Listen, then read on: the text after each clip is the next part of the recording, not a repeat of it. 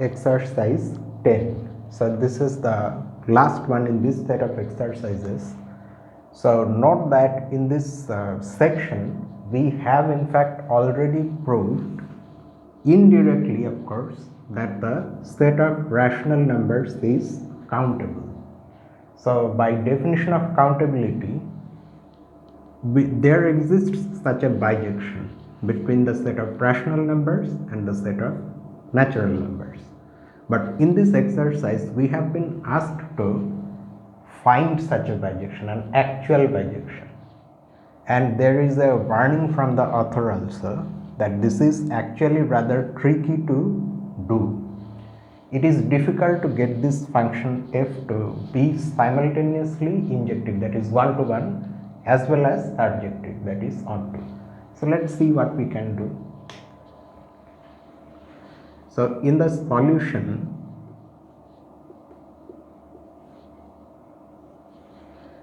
we start off by considering a bijection between the set of natural numbers and integers, an actual bijection which is not very difficult. We already know this. We consider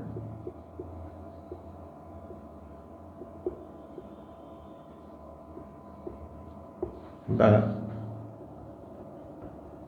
map, because our ultimate map has to be f, so let's keep this f for that final map, and let's call this say k. From the naturals to the integers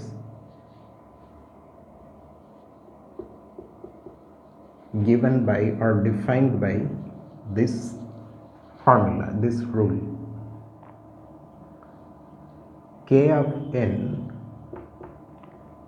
is defined to be equal to n divided by 2 if n is a positive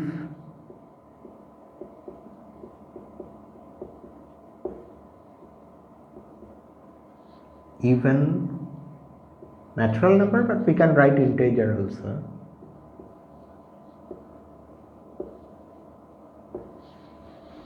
Okay, and is defined to be equal to 0 if n is equal to 0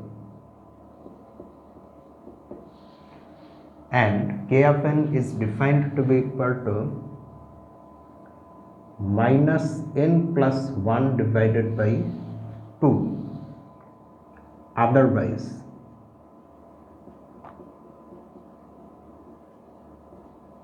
I would have written it fully that if n is a positive odd natural number, but I don't have space. Okay, so we understand what this means. When our input n is a positive even integer or a positive even natural number, then the image is n divided by 2, n over 2, and is 0, the image is 0 when n is 0, and if our input is a positive odd natural number. If it is odd, it's going to be positive, but anyway, so in that case the output is minus n plus 1 divided by 2. Okay. Now this function itself is a bijection.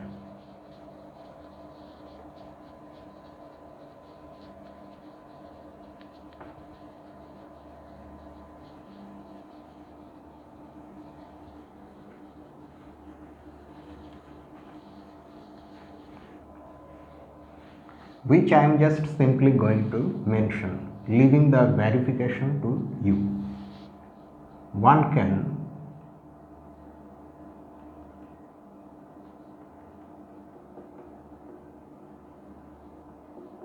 show that K is a bijection.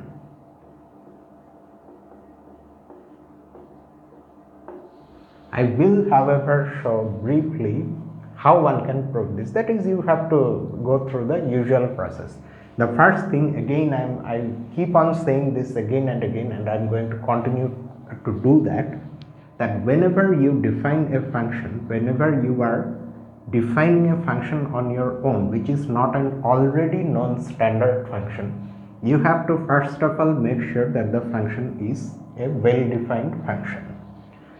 What that means is just simply this, that you choose an input from the domain, then there should be a unique output in the range.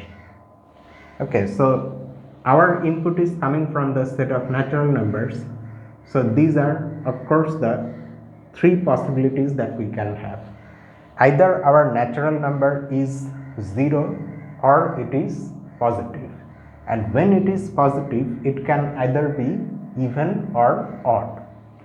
So when our input is 0, the output is 0, which of course is a unique output that lies in the set of integers.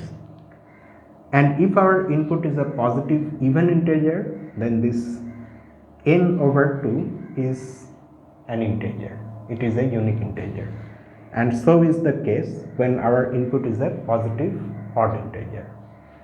Okay, so that means this function is well defined. Now, in order to show that this k is a bijective function,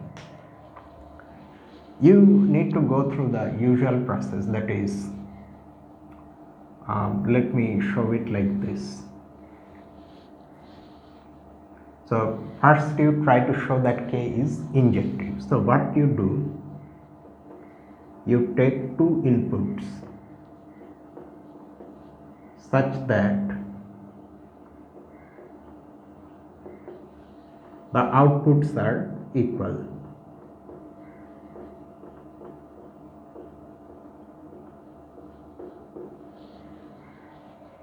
Okay.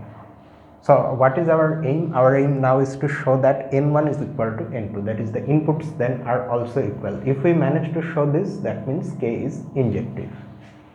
Now note carefully the outputs.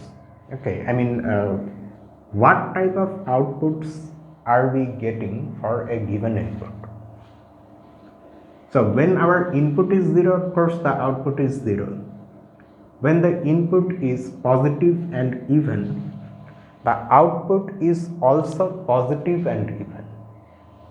However, when our input is, I say positive and even, not necessarily even, but when the input is positive and even, the output is a positive integer. And when our input is positive and odd, the output, whether it is even or odd, that does not matter, is negative. It's a negative integer, which one can of course see from the formula. So that means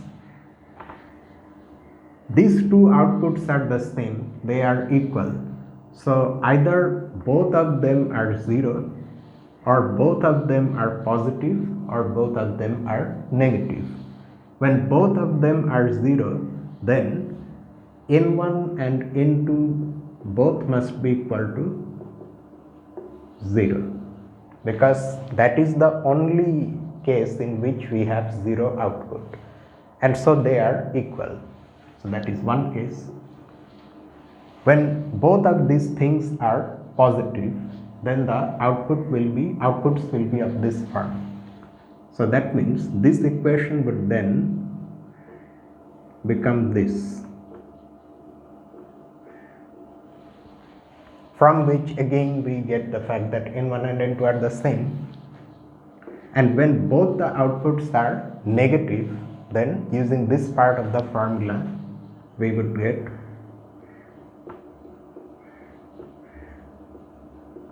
this,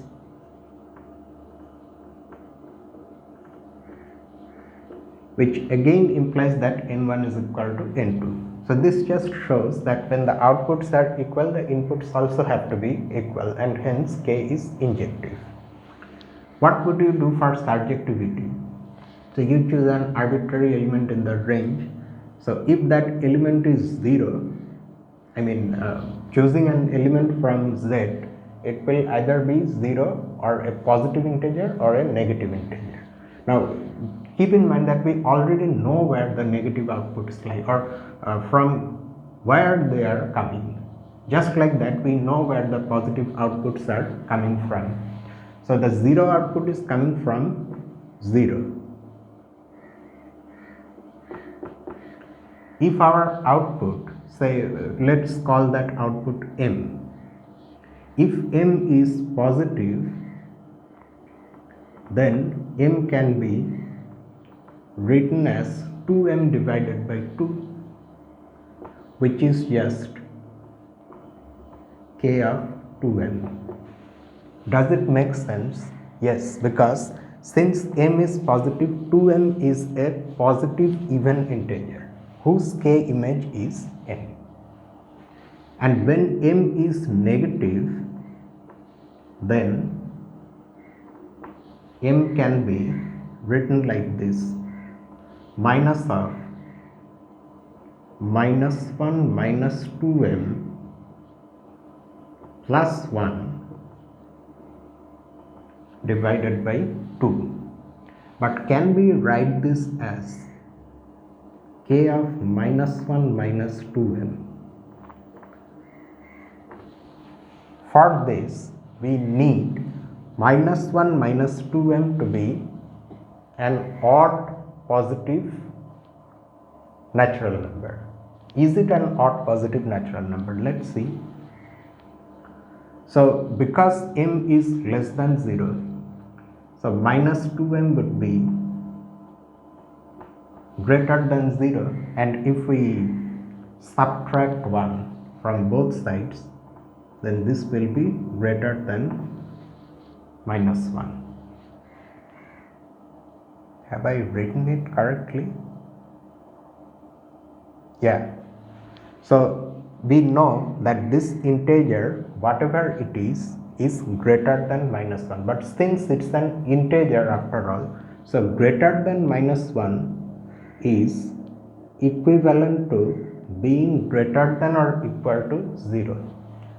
So that means this -1 minus 2M actually is a natural number. That means it lies here. However, can it ever be equal to 0? No, because 0 is an even integer and -1 minus 2M due to its form is an odd integer. So actually it is greater than 0. So this input -1 minus 2M, from its form it is odd but also positive. So indeed we can have this thing as K of -1 minus 2M. So I have in fact shown everything actually. So this shows that K is onto as well, and that's why it's a bijection. Okay. Now we let this K sit like this, and we now consider something else.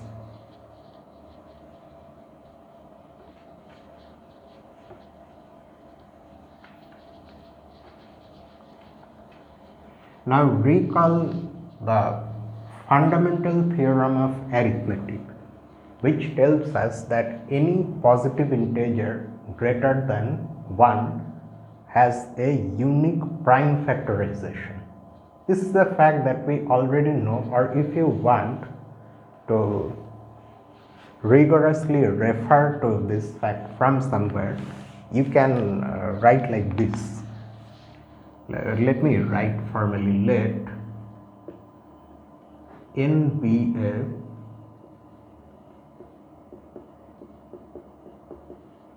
positive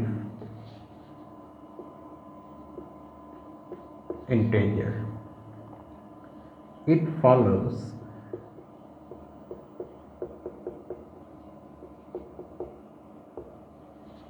from the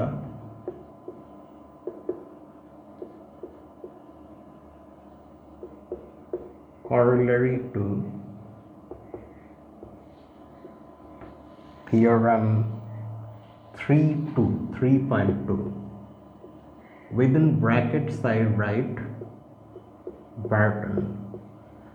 That means it's Barton's elementary number theory. It's from that book. So what that corollary says is just that if you have any positive integer greater than 1, say 12, then it has a canonical factorization as a product of prime powers. For example, 12 can be written as 2 square times 3. 16 can be written as 2 to the power 4, like that. 15 is 3 times 5.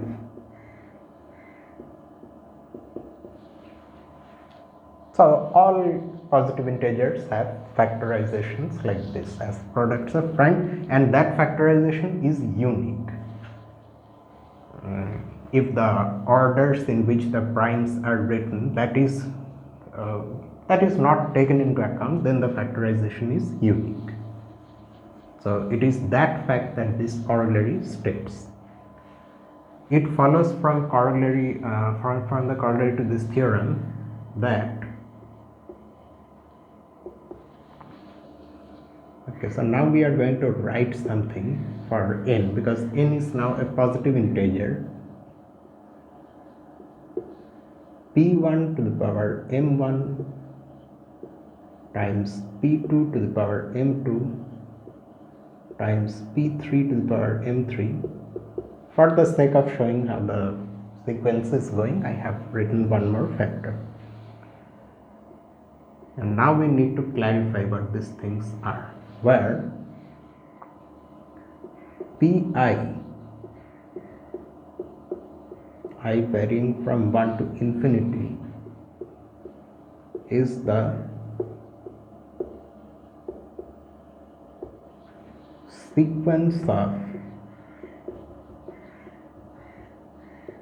primes in the system of natural numbers, more specifically the sequence of primes in their natural order, that is 2, 3, 5, 7, 11, 13, like that. So within brackets, to make that clear, we write i.e. P1 is 2, P2 is 3, P3 is 5, and so on. And this sequence, of course, can be defined recursively. We are writing so much in order to be as rigorous as possible, because we have been asked in this exercise to construct, I can say construct an actual bijection. So we should not leave any place for any sort of doubt. In other words, to put things more simply, we want to be as explicit as possible. It can be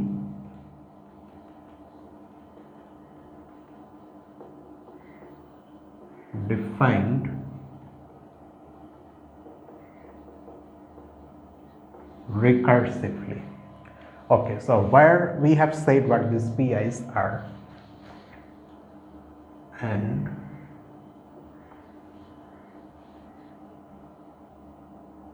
the MIs are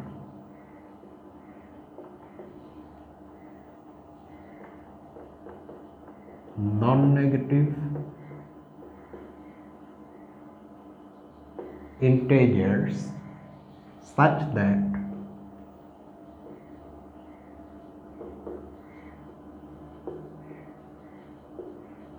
at most finitely many MIs are positive.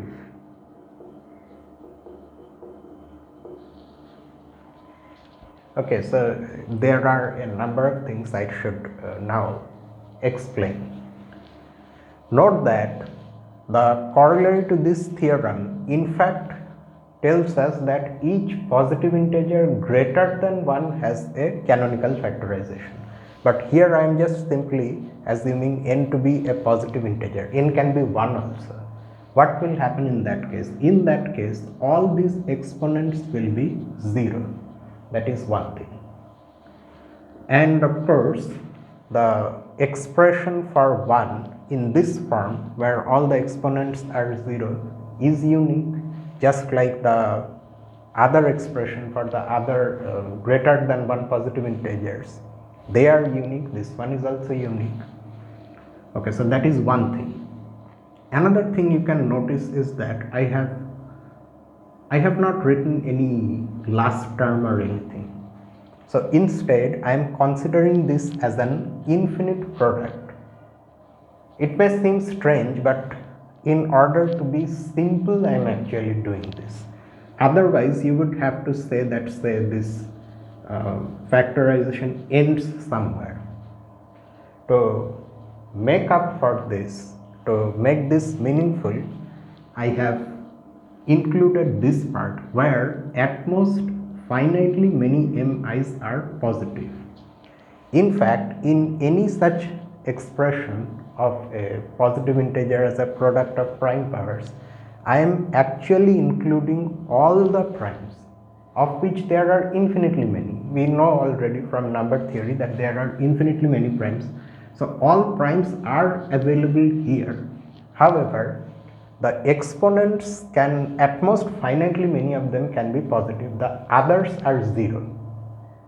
Okay, so any such product will converge. In spite of being an infinite product, any such product will converge. If you find this unnecessarily confusing, then you can of course add one last term, last factor if you want, but it does not create any confusion, truly speaking. Okay. Now, what are we going to do with this? Oh, and also we should mention that this expression is unique. In other words, for a given n, the pi's, of course, since all the, I am assuming that all the pi's are there after all in this expression, so I need not bother about the pi's, but I should be worried about the exponents. So for a given n, the exponents are uniquely determined, and that thing in the uniqueness of an integer in this form, I said that the uniqueness is there provided one does not take into account the order in which the factors are written.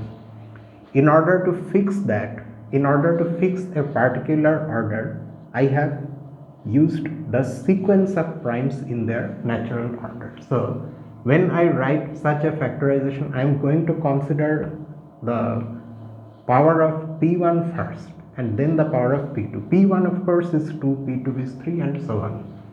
Okay. So now we need to additionally mention this uniqueness. Also, this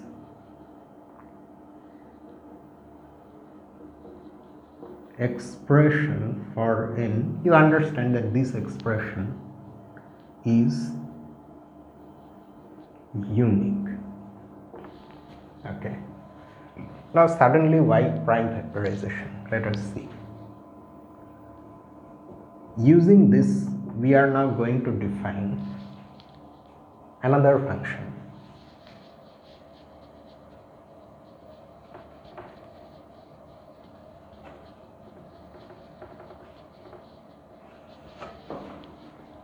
Now we define, let me keep this for now. Now we define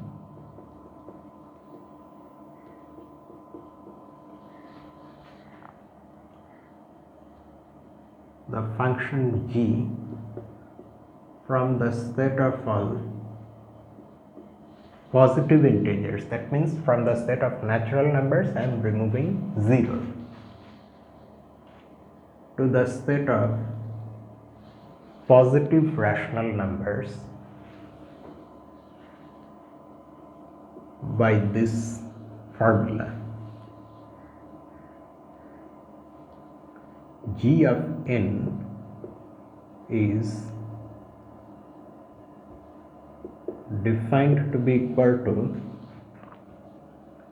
p1 to the power k of m1 times p2 to the power k of m2. Let me write one more factor, p3 to the power k of m3 and so on. Okay. Now what have we got here? You see that when you are given an input like this, say n, that n, because we are considering the domain of G to be the set of all positive integers or positive natural numbers, so each such n will have a factorization like this, including 1, including the integer 1. And in this expression, the exponents are uniquely determined. We have written that here. Okay, now what we are doing, we are considering this to be the output when the input is n under the function g. So the uniqueness of the mi's implies that the unique the k mi's are also going to be unique. Why? Because, and k is our previous function, that function, from the set of natural numbers to the set of integers, okay, which is partly defined with 3 parts, that function. Okay, now so what is happening? So the exponents are replaced by their k images of the previous exponents. So uniqueness we are getting, the output is unique for a given input n, because its expression in this product form itself is unique, which determines that the exponents are unique. So this is a unique, but a unique what? That we need to now understand. A unique positive rational number. There is no doubt about the positivity of this product, because each prime power itself is positive, even when the exponents may be negative. We have already seen when we developed the theory of real exponentiation, that when we raise something to a power where the exponent may be any real number, but the base, these pi's, are positive real numbers, then the power in the entire power itself is a positive real number. Okay, so these are positive real numbers, fine, but how are they positive rational numbers? That's because you see some of these KMIs may be negative.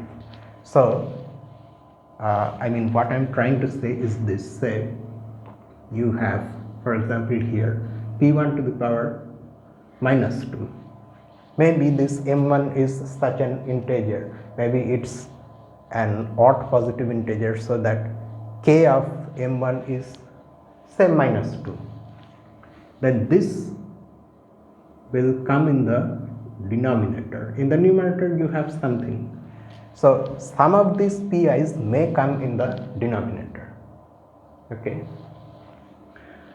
So that is why a positive rational number. And why rational? Because once you express one such output by writing the integers in the numerator and those powers where the exponents are negative in the denominator, once you arrange things like that, you will get it as a quotient of 2 positive integers. So that's why it's going to be a positive rational number. But there is one more issue which we may overlook at first.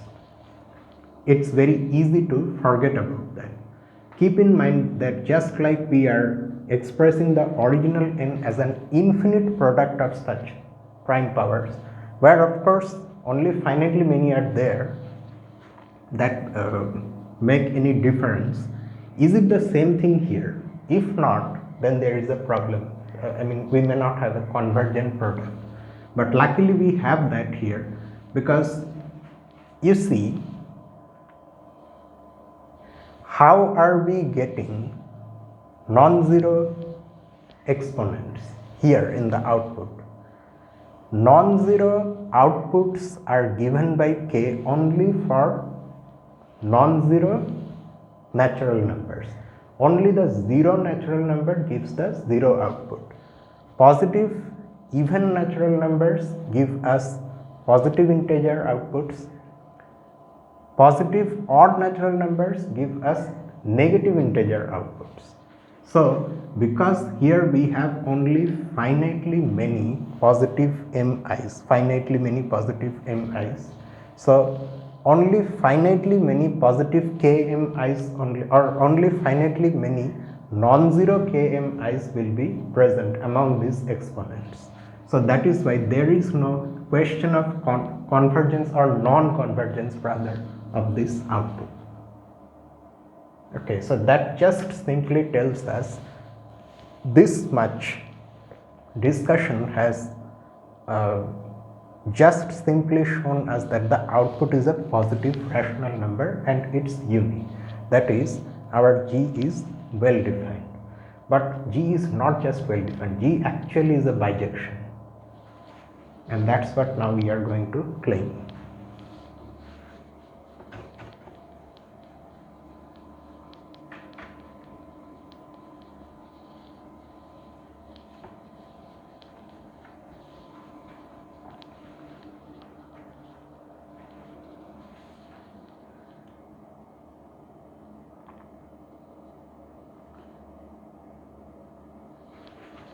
Let me write this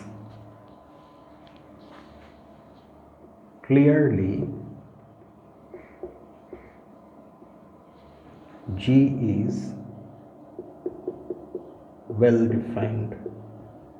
Behind this sentence, of course, we understand that we have all those things, which if you want to elaborate, you can. It will make the solution extremely long, but it is the way it is. I choose to not write such things. Okay, so clearly G is well defined. And just like before, one can show using number theory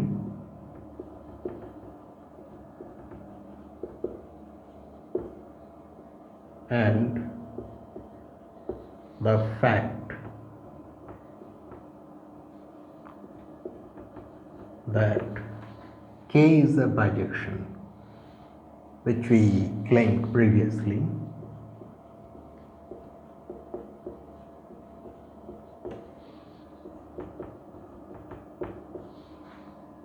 that G is a bijection.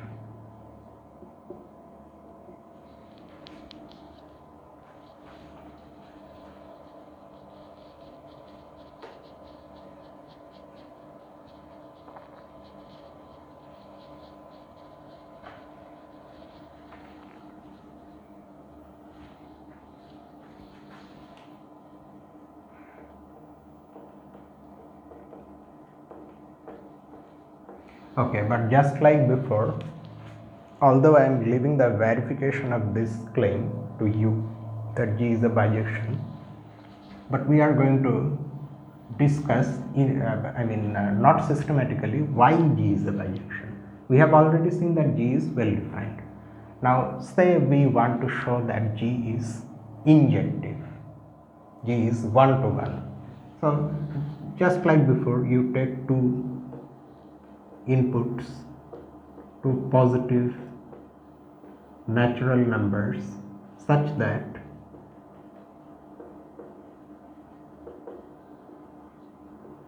G of n1 is equal to G of n2, and because we need the expressions for n1 and n2 in order to write what these outputs are, so you let say n1 be p2 to the power m2,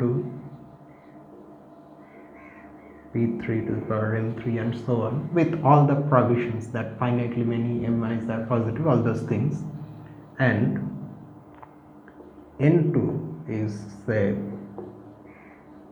m1 prime m2 prime, p3 to the power m3 prime, and so on. The bases pi of course are not going to change, they are the prime numbers. Then what do we get from this equation? Then p1 to the power k m1, p2 to the power k of m2, p3 to the power k of m3, and so on, is equal to p1 to the power k of m1 prime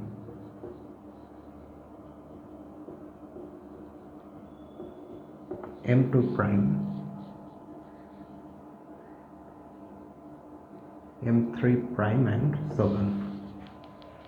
Now it is at this stage that we need number theory, and from number theory this final equation, that these two prime factorizations are the same, it tells us, in fact this is where again that uniqueness of that corollary from number theory that we were mentioning back there, that is going to be used, and that tells us that kmi is equal to kmi prime.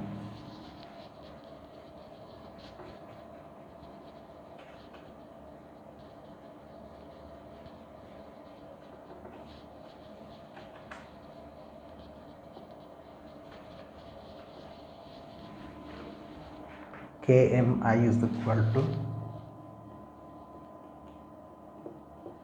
kmi prime for all indices I. You have to modify that number theoretic result a little bit. I mean, you have to modify your argument.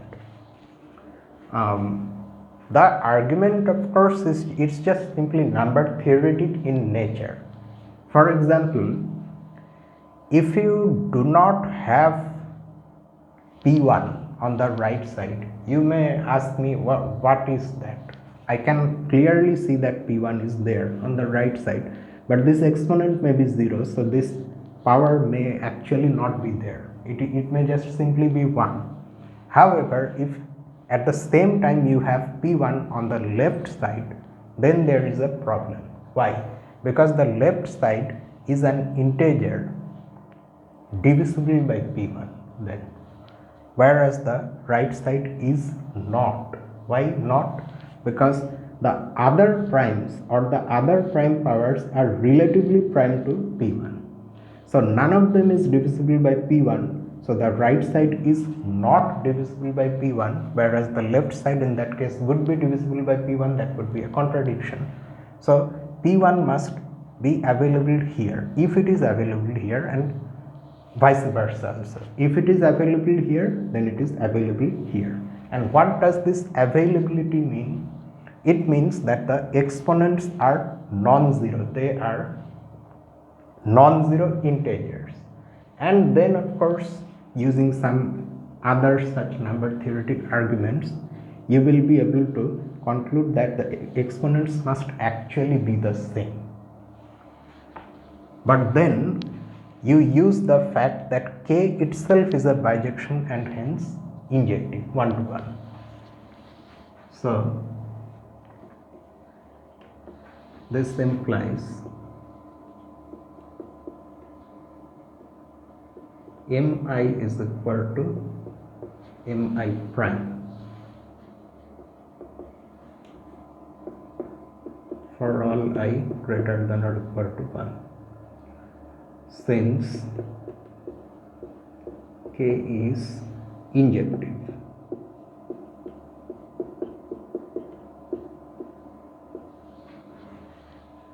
Okay.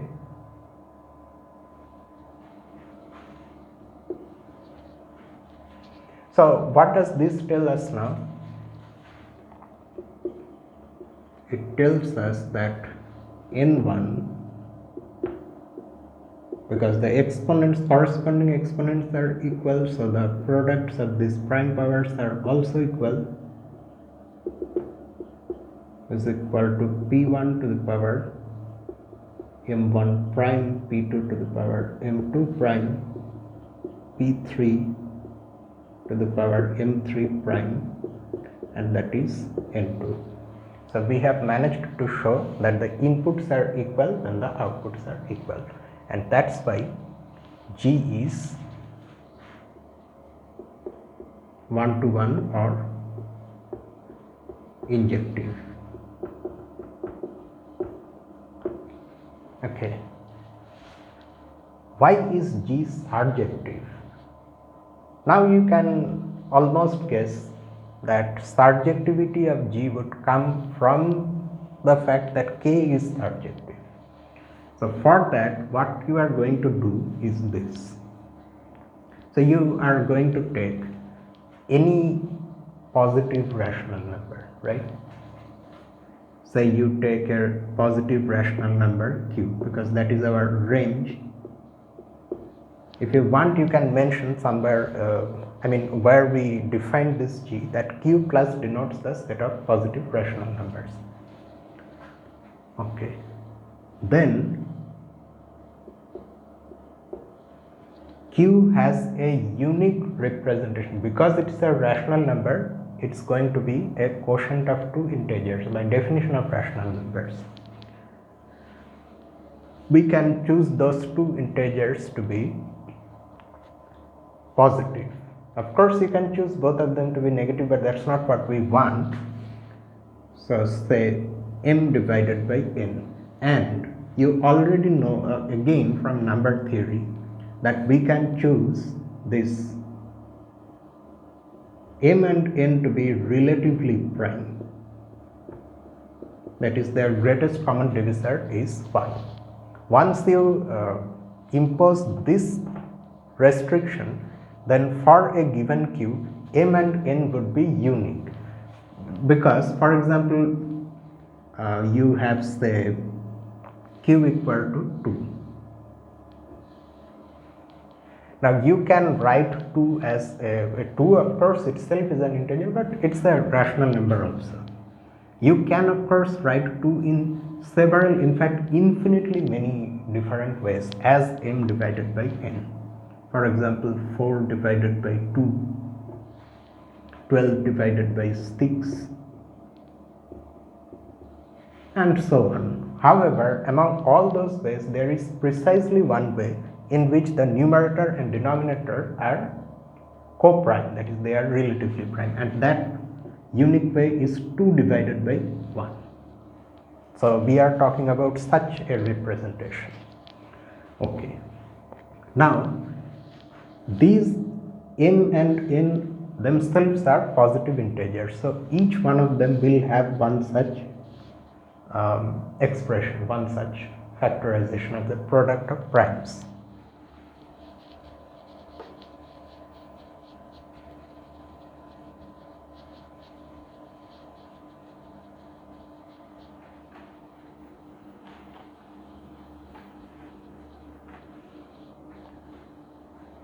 Well,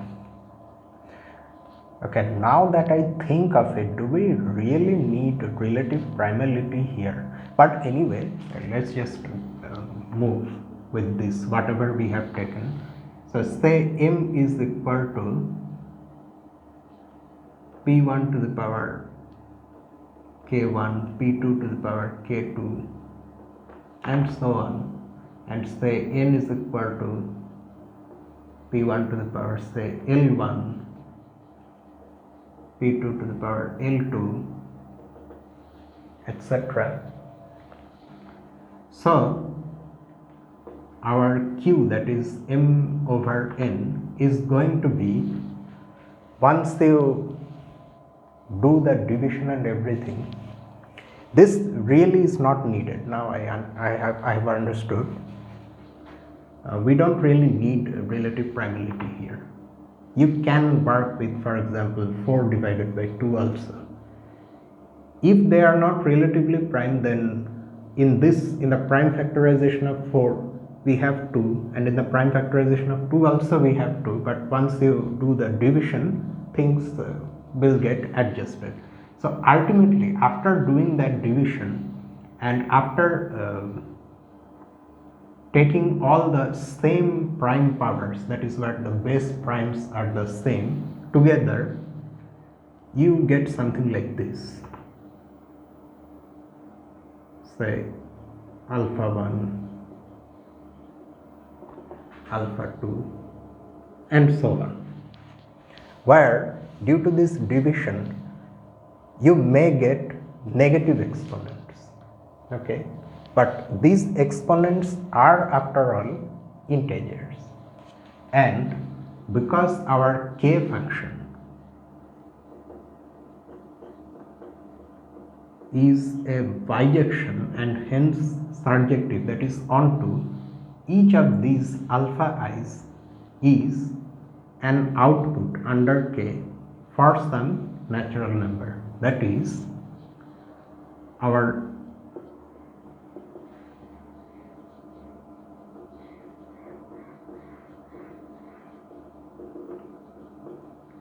will look like this: k of beta 1,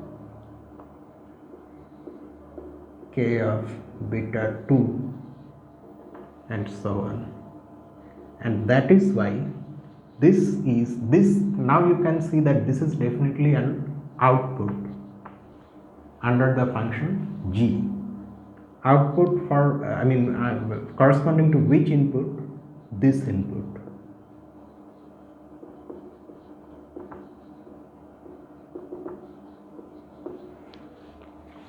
Why is this input a natural number? Because now the exponents are natural numbers, unlike the alpha i's which are integers and hence some of them can be negative also. These beta i's are not negative, they are natural numbers. They can be 0, in fact infinitely many of them need to be 0 in order to make these products convergent, but they can be positive, but they cannot be negative. So this is a natural number. Now in order to show this process concretely, because unlike the injectivity this case, the surjectivity is a little more complicated, you take an actual example, and that actual example is say 15 divided by 11. So if so that means m divided by n. So this is our output. We want to show that this is an output. So if you carry out this process, then what are we getting? If we really express this as such a product, we will get this: 2 to the power 0 times 3 to the power 1, 5 to the power 1, 7 to the power 0, 2, 3, 5, 7, 11 to the power minus 1. See, that's why a negative exponent is coming, because 11 appears here. 13, 17, 19, and so on. The other powers are also all of them are going to have 0 exponents.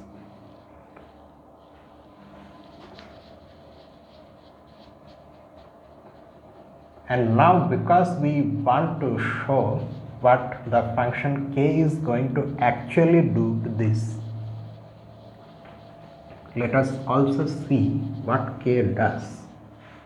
We have already seen what k does somewhat vaguely, but let's now actually see what k does. 0, 1, 2, 3, 4, 5, 6, 7, and so on.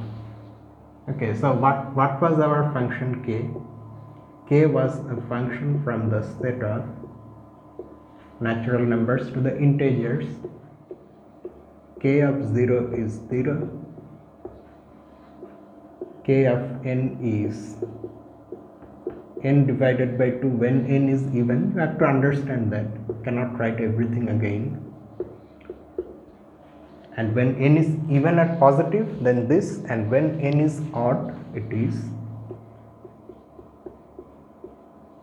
minus of n plus 1 over 2.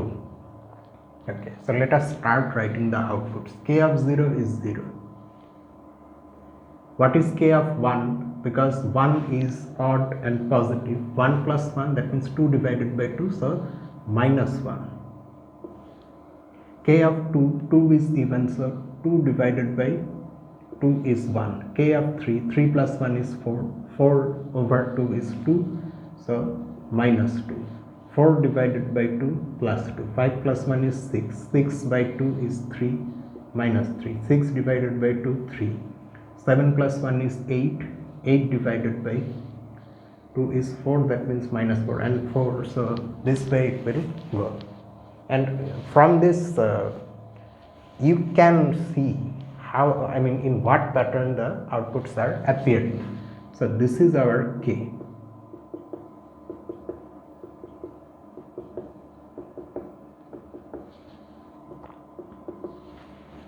Okay. Now we try to do this to this, that means to this. So this is equal to 2 to the power k of 0, because k of 0 is 0 and 1. Where is the output 1 coming from? 1 is coming from 2. So 3 to the power k of 2, then 5 to the power k of 2, then 7 to the power k of 0, 11 to the power minus 1. Minus 1 comes from 1, k of 1. Then the others are of course going to make no difference, so they just keep coming like this. And this in fact now is nothing but the G image of what? 2 to the power 0, 3 square, 5 square, 7 to the power 0, 11 to the power 1, 13, 17 and so on. And this turns out to be equal to, let me write it here itself, G of,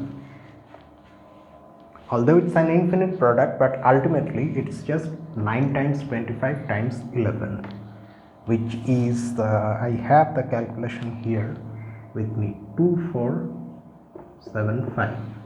So the positive rational number 15 divided by 11 turns out to be the output under G when the input is 2475.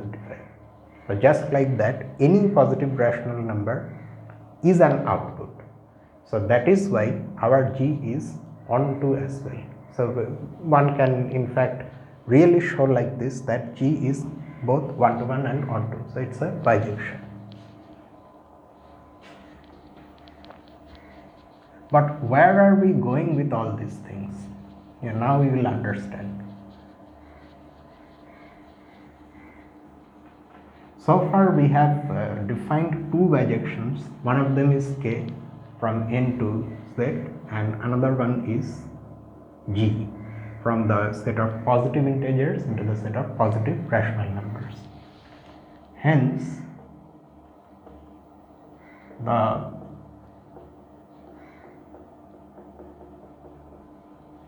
following mapping is also a bijection.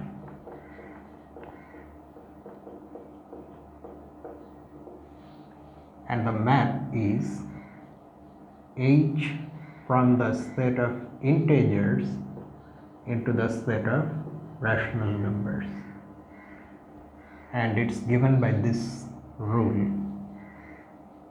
H of x is defined to be equal to just G of x if now our domain is the set of integers. So if x is a positive integer and is defined to be equal to 0 if x is 0 and is defined to be equal to minus of g of minus x if, or otherwise, that means if x is a negative integer.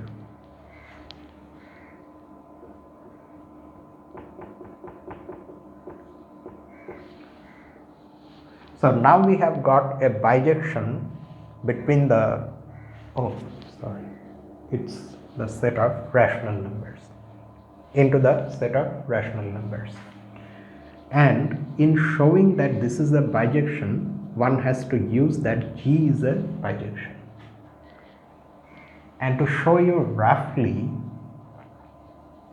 how this is a bijection, I mean in this diagram form,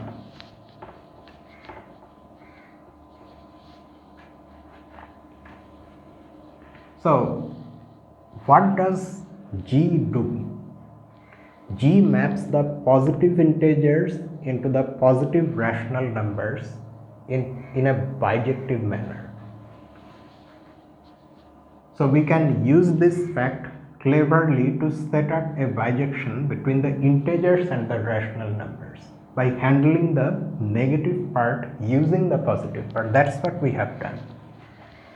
So the integers go like this: -3, -2, -1. Then we have 0, 1, 2, 3 and so on. And the rationals, of course, I cannot show like that, but on the real line we have the rational numbers. So we have made the output of h 0 when the input is 0. That means this is 0 gets mapped onto 0 by h. And the positive part is handled by our previous G, because the positives are mapped onto the positive rational numbers in a one-to-one manner, in a bijective manner. And the negative part is handled by again G in this way. So for example, what does this mean?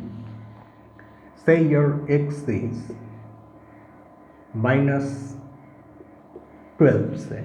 So x appears on this side to the left of 0. Then by definition h of x is minus g of minus x, that means minus g of 12, and g of 12 is a positive rational number because g is one such function. So minus g of 12 is a negative rational number, and using the fact that g is bijective, one can in fact in a very straightforward manner show that this part is also, it also has that bijective nature. And using this fact, one can show that the entire function h itself is bijective. This also has to be shown actually. Show that h is well defined, h is injective and h is bijective. Note that our g has been defined in terms of what? In terms of that original function k. So g is a concrete bijection. It is very convoluted, it looks very complicated, it uses the prime factorization, but after all it's an actual explicit bijection. And now using g we have created h. So h is also an explicit bijection. Thus the composition, now we are going to go back to k, because our original k was a function from the set of natural numbers to the integers, and now we have a function from integers to the rational. So we can compose them to have our f. Thus the composition f, which is, I should carefully write the order. So k gets mapped first and then h gets mapped.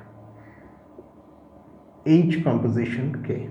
K takes us from n to z and then h takes us from z to q. this is an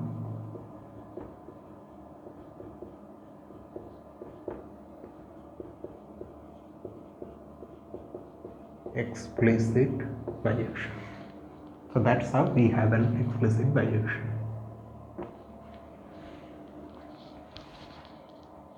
Okay, so that's just it, that is the solution. So you see that that is why we develop elaborate theories.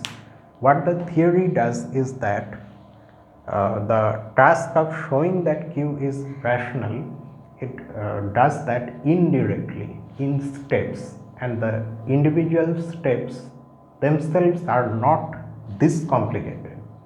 But if you want to go for everything absolutely directly like this, then you have, every time you have to come up with something weird, something original, something that is not standard, like using prime factorizations or things like that. But it's nice to see that one can, no matter how complicated the situation is, find such an actual bijection between N and Q. So that's just it. So I end the video with this. If you want to say something about these things, or you want to make a comment, you can use the comment section below, or you can mail me. My mail address will be there in the description. And the next upload is this coming Tuesday. So this coming Tuesday, we have already gone through group theory once more, field theory, and so let's do vector spaces. I think we have done calculus also, but I don't remember clearly. But anyway, let's do vector spaces this coming Tuesday. So that's just it for tonight. So see you on Tuesday with vector spaces. Until then, this is me, Lucifer, from a mathematical room. Have a nice day.